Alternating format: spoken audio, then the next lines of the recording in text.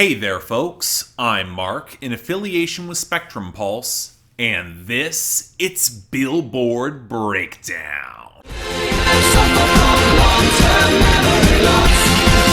I don't remember. You know, at least to me, this week feels weirder than it is. You could say it's the charts heading back to normal, whatever the hell that is in 2021, but it feels like change is on the horizon, and it's moving just slow enough that it's gonna sneak up on you. Just feels a little uncanny, even if things seem to be otherwise stable for the moment. But on that topic, our top 10 and Driver's License by Olivia Rodrigo is still at number 1, but I do see signs of weakness. It's fallen off the top in streaming and sales, and while she's streaking up to the top on the radio, it does leave room for challengers. And 34 plus 35 by Ariana Grande with a remix with Doja Cat and Megan Thee Stallion could easily be one. Up to number 2 on huge YouTube, better sales, and while she got passed on the radio for now, she's proven that she's got staying power in this channel. But then we got a new challenger, debuting at number 3, Calling My Phone by Lil Tjay featuring Black. I'll talk more about the song later on, but I will say I mostly saw this coming. The streaming numbers have been insane, and it does have a bit of sales, but the lack of radio, again, it's gonna hold us back from going any higher. Then, breaking the record for a song's longest run in the top 10 on the Hot 100's history, we got Blinding Lights by The Weeknd at number 4, taking its sweet time making its exit, but it was enough to hold up over Up by Cardi B,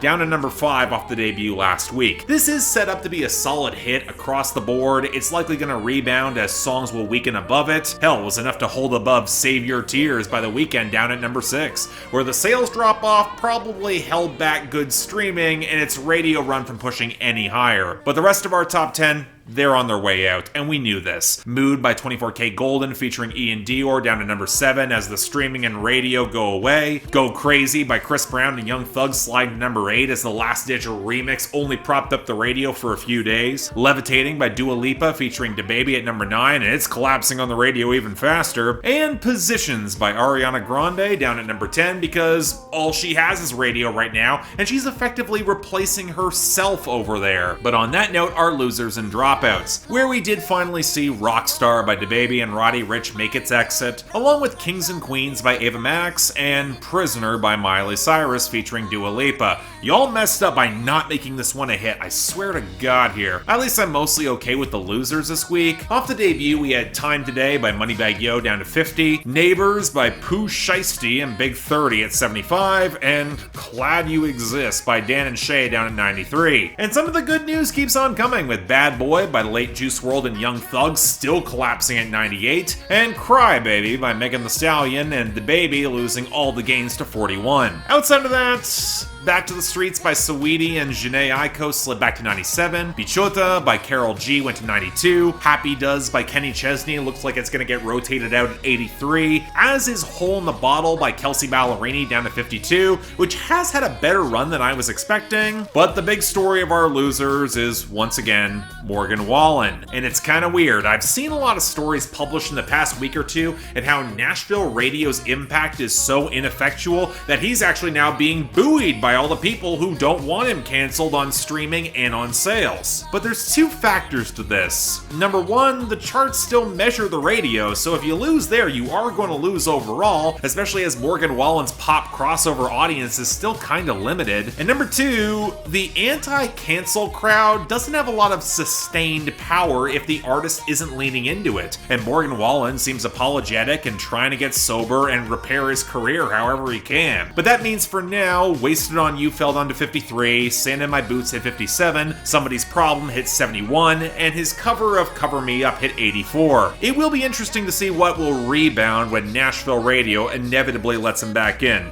That's all I'll say for now. Now, I will say our gains and returns are kind of all over the place, most because in the latter category, while we did get back La Noche de la Noche by Bad Bunny and Rosalia at 69, Nice. It came with also Drankin' and Smokin' by Future and Lil Uzi Vert at 90, and Op Stoppa by YB and Namir featuring 21 Savage at 99. I will say the gains look a bit better. Yes, Long Live by Florida Georgia Line got the album boost to 48, and I'm still kinda shocked that Masterpiece by DaBaby is up to 80. But outside of that, well, okay, My Head and My Heart by Ava Max is at 61, Lifestyle by Jason Derulo featuring Adam Levine's at 76, and I somehow still like it. But then we got Bust It by Erica Banks at 47, and No More Parties by Coyle Ray off the debut at 70. The women look like they've got some momentum behind them. This could be very interesting. But anyway, we got a modest list of new arrivals, starting off with number 100, How They Remember You by Rascal Flatts. If it's how they remember you.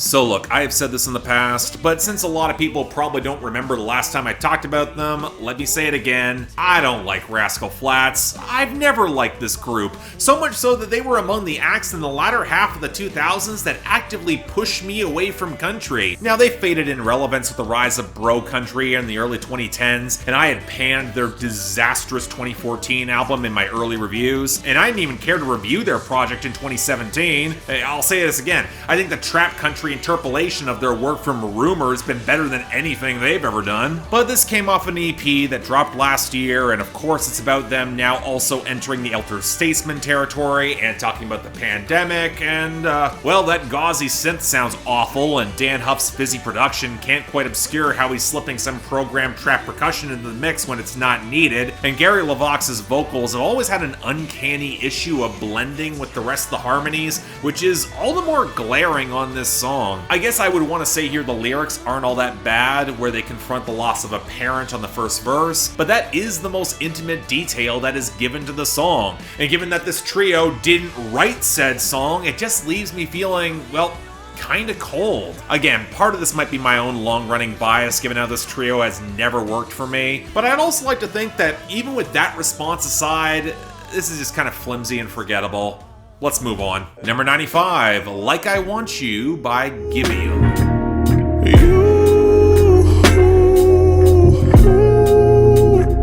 Even if it's true. I'll admit that when I saw we got 2 new Giveon songs in the Hot 100, I was kind of shocked. I mean, it's not the first time he's charted. He had that uncredited snippet on Chicago Freestyle from Drake last year, but Giveon's always fit into a zone that I recognize more from hip-hop and R&B podcasts, not a lot of chart momentum. Well, he's got the backing of Epic now, so for this new single, well, it's an interesting vibe. Imagine the slow burn, bassy swells with watery guitars that remind me a little bit of Bryson Tiller, but with live drums and a much throatier vocal tone that I'll admit took a little bit to get used to, but it's certainly very distinctive. Gave me a bit of a Her vibe as well, and that's a compliment. And you know what, I like the content here too. A little bit spare on details for my taste, but the whole trying desperately to pretend that it's all okay when he really does want her back, but he also knows it's never gonna work, that's a mold that's pretty effective, especially with Giveon trying to be a bit more mature about it. But overall, yeah, it's pretty simple, but pretty damn good. And you know, while we're in this territory, number 74, Heartbreak Anniversary by Giveon. On these days that feel like you and me. Heartbreak anniversary.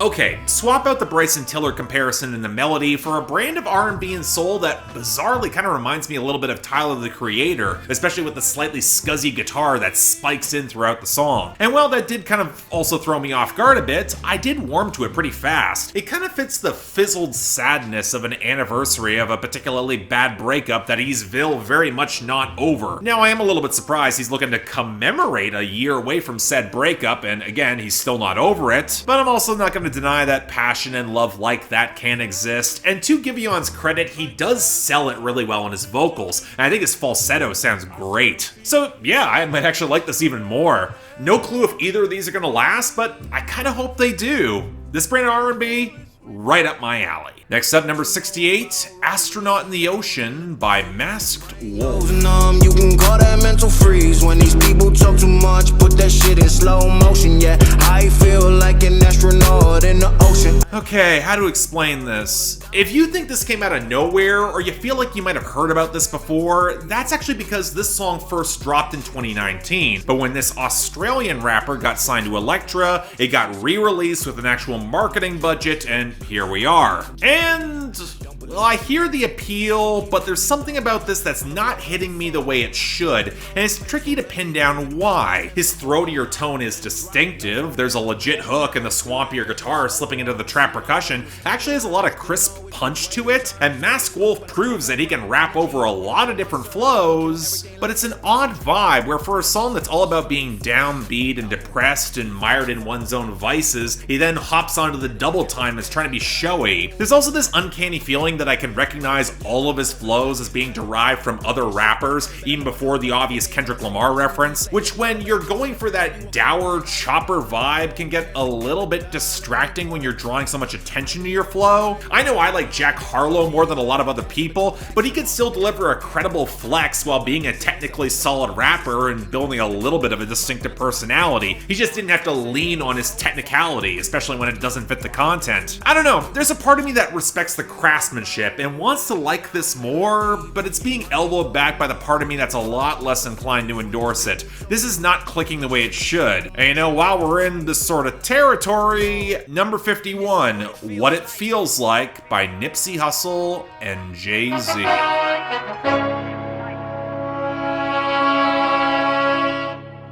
And this is what it feels like.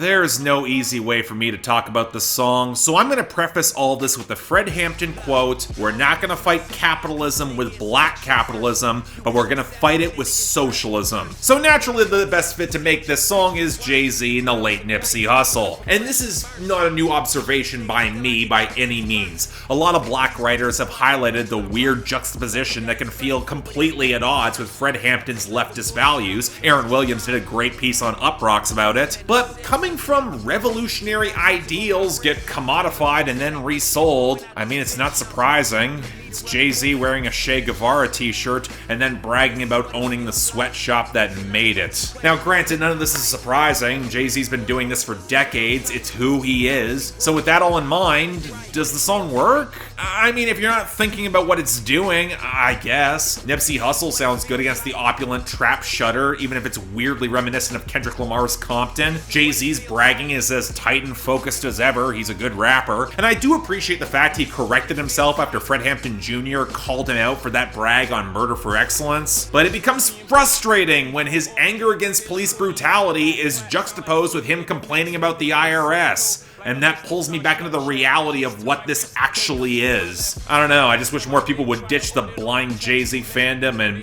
hear some of that too. Number 49, We're Good by Dua Lipa. Somebody else, long as you swear, you won't be pissed when I do it myself. Let's end it like we should and say we're good. So this is a new single from the deluxe edition of Dua Lipa's Future Nostalgia, called the Moonlight Edition, that dropped a couple weeks back. And I guess we're just gonna completely ignore the fact that Love Again is a prime late album single. It's right goddamn there. But fine, we're getting the deluxe reissue. I had hopes it would be good, and I'm not sure how I feel about this one. The washed out faux tropical vibe with the trap percussion bouncing off a surprisingly prominent guitar on the hook, where the melody kind of reminds me in a weird way of Viva La Vida. The production feels way clunkier than the best cuts on Future Nostalgia, because the best songs on that album were tight and bass-driven and groovy, and this is neither. Kind of blubbery and lethargic that's going for a breakup vibe that's more, oh god, finally I'm over this, and we're just gonna let it all peter out than anything else. I mean, I do think it's interesting that she somehow got away with the first line of the hook being, "We're not meant to be like sleeping in cocaine," but honestly, coke might have given this a little bit more of a spark to it. You can definitely tell this is a deluxe edition add-on, and honestly, it's definitely not a good one. So yeah, this isn't good. Not a fan of it. Number 11, Love Story Taylor's Version by Taylor Swift. Story, baby, just say yes. So I don't mind that Taylor Swift is re-recording all her old albums. Hell, if it meant that she was cleaning up some of the production issues that were all over her older catalog, that could be really interesting, especially if we were going to get some new interpretations. But I don't know, I'm not sure we needed the songs to chart, because since we got Love Story, a cut from Fearless that outside of the massive overexposure it had at the time, I swear I have heard so many ironic frat boy karaoke covers of the song, it was just excruciating in 08-09, but it's just also completely silly, but it's also got a sweetness I don't dislike, so what I was interested in here were where the differences came from the original. Well, for one, Taylor Swift is actually a considerably better singer now. She really picked up a different level of expressiveness in recent years, even if she sounds a little bit further back in the mix. And I do appreciate how these mixes just have so much more body, courtesy of the thicker strings and drums, and that was kind of a lingering issue coming off of Fearless. But also, come on people, this is Love Story. It might be an iconic Taylor Swift song, and it is still good, but it's not better than White Horse or The Way I Loved You. Hell, most days from Fearless, I would put You Belong With Me over this, if I'm being embarrassingly honest. I mean, maybe hit me up when she starts re-recording Speak Now, or any of the pop albums from the 2010s that could really use a change in production. I reckon my opinions might be more contentious and messier then. Otherwise, this is just fine. And finally, number 3, Calling My Phone by Lil Tjay featuring Black. No, it's hurting you to see me gone. Dark clouds, you gon' see me storm. I've mentioned a number of times that I've been waiting for Lil Tjay to really have his breakthrough, and with the sheer amount of streaming this has picked up, it looks like the public really got on board. Honestly, a bit more than I was expecting. Plus, with Black in tow, this could have been really something. And I'll say this, I get why it works for other people.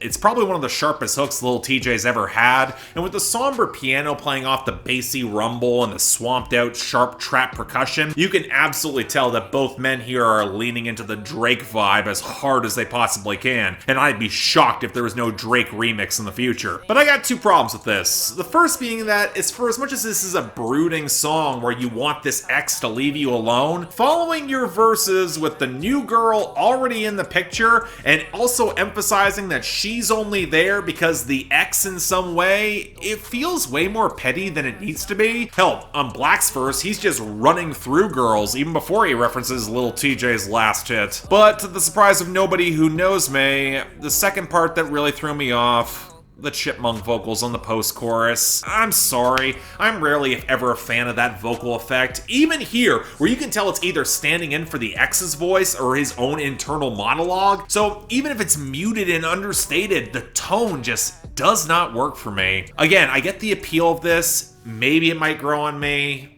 but I'm not sure it will. That's all. But overall, the week was, honestly, kind of all over the place. So best and worst are actually kind of tricky this time around. Actually, I take that back, because both the best are going to Giveon. Best of the week for Heartbreak Anniversary, and honorable mention for Like I Want To. But the worst here might be more contentious, I'll say that. I think I'm gonna lean on feelings of disappointment here the most, because We're Good by Dua Lipa is a major letdown. It's getting the worst of the week. After the songs you could have pushed as a single, you did not need to push that. It sounds so cheap and thin, but also the unfiltered wrongness behind what it feels like from the late Nipsey Hussle and Jay-Z, that's a dishonorable mention, even over Rascal Flatts. It's frustrating because I think Jay-Z is smart. He knows exactly what he's doing by framing this context around how he builds off of Fred Hampton's legacy, but if anything, that might make it worse. But next week, I don't know, maybe Trippie Redd. I'm not sure how that will pan out in terms of chart success. We will have to see. Pegasus didn't really do much. But until then, I'm Mark. You're watching Billboard Breakdown, affiliated with Spectrum Pulse. And now,